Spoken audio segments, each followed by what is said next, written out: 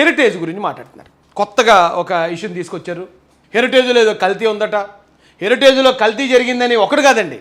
జనరల్గా ఈ YCP strategy ఎలా ఉంటుందంటే, ఒక తప్పుడు వార్తను క్రియేట్ చేసి ఈ తప్పుడు వార్తని వీళ్ళ పెయిడ్ ఛానల్స్, పేటీఎం ఛానల్స్ ఉంటాయి కదా, దానికి ఒక గ్రూప్ ఉంటుంది.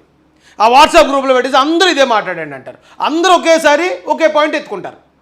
పదే పదే ఒక 100 మంది 1000 మంది వచ్చి ఒక అబద్ధాన్ని పదే పదే చెప్పడం ద్వారా దాన్ని నిజం చేసేయచ్చు అని వీళ్ళ స్ట్రాటజీ ఎప్పటి నుంచో. ఇది 2019లో ఒకసారి సక్సెస్ అయింది, తర్వాత ఎవ్వడూ నమ్మలేదు వీళ్ళని. ఏమంటారండి హెరిటేజ్ కోసం? అనూహ్య మలుపు హెరిటేజ్ ముంగిట ఆగిందటండి. ఇవన్నీ పేటీఎం ఛానల్లే. ప్రభుత్వాన్ని ఇరికించిన హెరిటేజ్. టీటీడీ నెయ్యిలో హెరిటేజ్ పాత్ర. ఏమంటే ఇందా డైరీ కల్తీ నెయ్యి భాగోతం ఆధారాలతో బట్టబయలు. ఇక అన్నిటిలోనూ హెరిటేజే. లడ్డు కల్తీలకి ఈడు వచ్చాడు, ఈడు నిష్టదరిద్రుడు. ఏమండి బోలే బాబా ఇందాపూర్ హెరిటేజ్ పెన్ను దుమారం. ఇవన్నీ ఎందుకండి? ఈడు మా మిస్టర్ బీన్ గాడు లడ్డు కల్తీ అంటుంటే హెరిటేజ్ కల్తీ బయటపడి. హెరిటేజ్ కల్తీయా?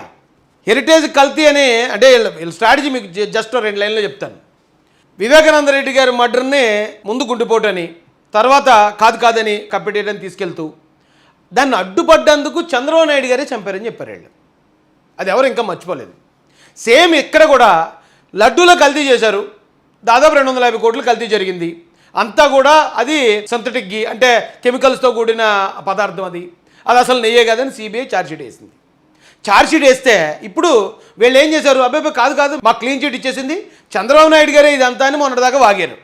అప్పటికి జనాలు నమ్మట్లేదని, కాదు ఇదంతా హెరిటేజ్ కోసం ఇదంతా జరిగిందని ఇప్పుడు చంద్రబాబు నాయుడు గారి మీద మొత్తం ఆయన బాధ్యం చేస్తూ హెరిటేజ్ మీద చేస్తున్నారండి. అది ఒకటి కాదు, మొత్తం వైసీపీ సోషల్ మీడియా అంతా కూడా హెరిటేజ్ మీద పడింది.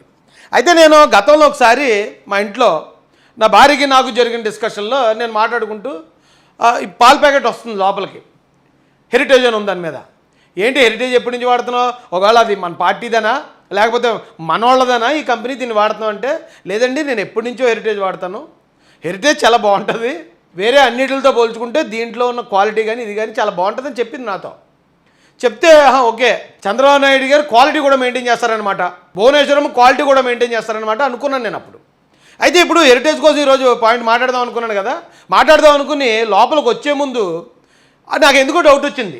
ఒకసారి ఫ్రిడ్జ్ ఓపెన్ చేసి చూద్దాం, ఏమైనా ఉన్నాయా హెరిటేజ్ అవి మన ఇంట్లో ఏమైనా ఉన్నాయా అంటే, నేను వెళ్ళి ఇందాక ఫ్రిడ్జ్ ఓపెన్ చేస్తూ దాన్ని వీడియో కూడా తీశానండి. ఇది ఇప్పుడు వీళ్ళు చెప్తున్నారు హెరిటేజ్ ఏదో కల్తీ ఉంది, ఇంకోటి ఉంది అంటున్నారండి. లడ్డు కల్తీకి హెరిటేజ్ కల్తీకి చాలా డిఫరెన్స్ ఉంది.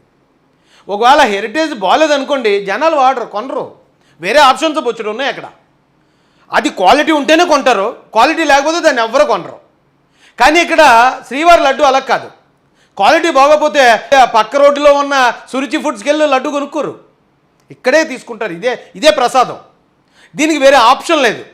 ఆప్షన్ లేని చోట కల్తీ చేసిన కల్తీ నా కొడుకులు హెరిటేజ్ వైపు దృష్టి మరల్చడానికి ట్రై చేస్తున్నారు. హెరిటేజ్ బాగుంటే ప్రజలు కొంటారు, బాగోపోతే కొనరు. అది ఒక ప్రైవేట్ కంపెనీ అది, అంతే తప్ప అక్కడ భక్తుల మనోభావాలతోనో లేకపోతే శ్రీవారి ఉండి ఆదాయాన్ని కొట్టేసే ప్రయత్నం కాదు కదా అది. అయితే నేను ఈ వీడియో తీసి చూపిస్తుంటే మా ఆవిడ కొంచెం ఫీల్ అయింది. ఏంటి మీరు ఎలా చెప్తే నేను బాగా అందంగా ఆర్గనైజ్ చేసుకుందాను నా ఫ్రిడ్జ్ని, మీరు ఎలా పడితే అలా చూపించేస్తారా అన్నదనుకోండి, అది వేరే విషయం. ఒకసారి ఇది చూడండి, ఇది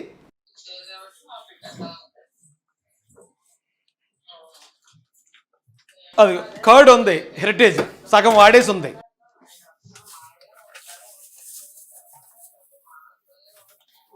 అది హెరిటేజే.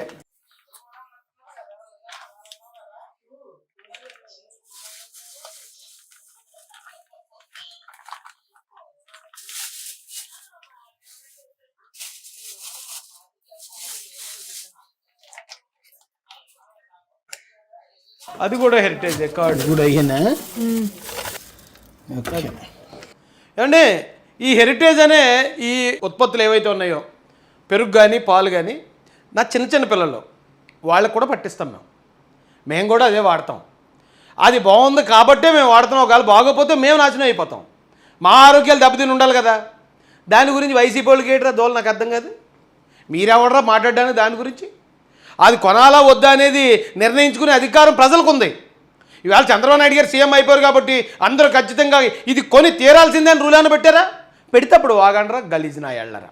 ఎలాగా మీరు అప్పుడు సాక్షి పేపర్ కొనాలని రూల్ పెట్టారు చూడు, సాక్షి పేపరే కొనాలి, మేము ఇదిగో 200 రూపాయలు ఇస్తున్నాం, మీరు ఖచ్చితంగా సాక్షి పేపరే కొనాలి, వేరే మీరు ఈనాడో లేకపోతే ఆంధ్రజ్యోతితో కొనకూడదు అని రూల్ పెట్టిన గలీజ్ నాయళ్ళు ఉన్నారు కదా, కల్తీగాళ్ళు.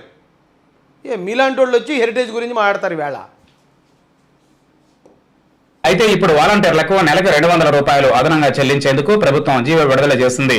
ఈ పెంపుదల నామమాత్రమే అయినా ఆ డబ్బుతో వాలంటీర్లు ప్రతిరోజు న్యూస్ పేపర్ వేయించుకోవాల్సి ఉంటుంది. ప్రభుత్వంపై ప్రతిపక్షాలు ఇతరులు చేస్తున్న దుష్ప్రచారాన్ని తిప్పికొట్టేందుకు ప్రతి వాలంటీర్ న్యూస్ పేపర్ చదవాలని, ఎప్పటికప్పుడు పథకాల అమలులో జరుగుతున్న మార్పులను ప్రజలకు వివరించాలని చెబుతున్నారు అధికారులు. ప్రస్తుతం ఏపీలో గ్రామ వార్డు వాలంటీర్లు 2.66 లక్షల మంది ఉన్నారు. అంటే వీరంతా పత్రికలు చదవడం కోసం నెలకు 5.32 కోట్లు ప్రభుత్వం ఖర్చు పెట్టబోతుందన్నమాట. ప్రభుత్వం పేపర్ వేయించుకునేందుకు బిల్లు ఇస్తుంది అంటే ఖచ్చితంగా వాలంటీర్లంతా ఏ న్యూస్ పేపర్ వేయించుకుంటారో అందరికీ తెలుసు. సాక్షి సర్క్యులేషన్ పెంచేందుకే వాలంటీర్లకు ప్రభుత్వం 200 రూపాయలు చెల్లిస్తోందని, అది తిరిగి సాక్షి యాజమాన్యానికి చేరుతుందని ప్రతిపక్షాలు అప్పుడే విమర్శలు మొదలుపెట్టాయి. విమర్శలు ఏంటి, అది నిజమే కదా అండి. నెలకే దాదాపు 5.5 కోట్లు అంటే సంవత్సరానికి ఎంత అయింది, దాదాపు 70 కోట్లు. 5 సంవత్సరాలు కలిపి ఎంత అయింది, 5 ఏళ్ళు 35, 350 కోట్ల రూపాయలు డైరెక్ట్గా తినేసింది.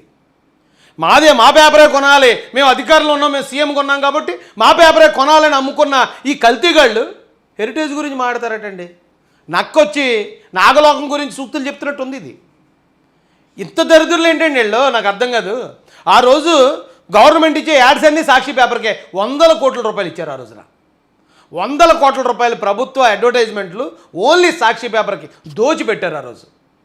అంటే భారతీయ సిమెంట్స్లో అక్కడ తయారైన సిమెంట్ని అప్పుడు ఇళ్ల పథకాలకి సంథింగ్ ఏదో దేనికో గవర్నమెంట్కి సంబంధించిన అన్నిట్లో కూడా రేట్ ఎక్కువ పెంచి ఆ సిమెంట్ని కొన్నారట. వాళ్ళ సిమెంట్నే ప్రభుత్వ డబ్బులతో కొన్నారు. ఇక్కడ ఉన్న సున్నపు గనుల్ని అప్పనంగా కేటాయించుకున్నారట ఆ భారతీయ సిమెంట్స్కి.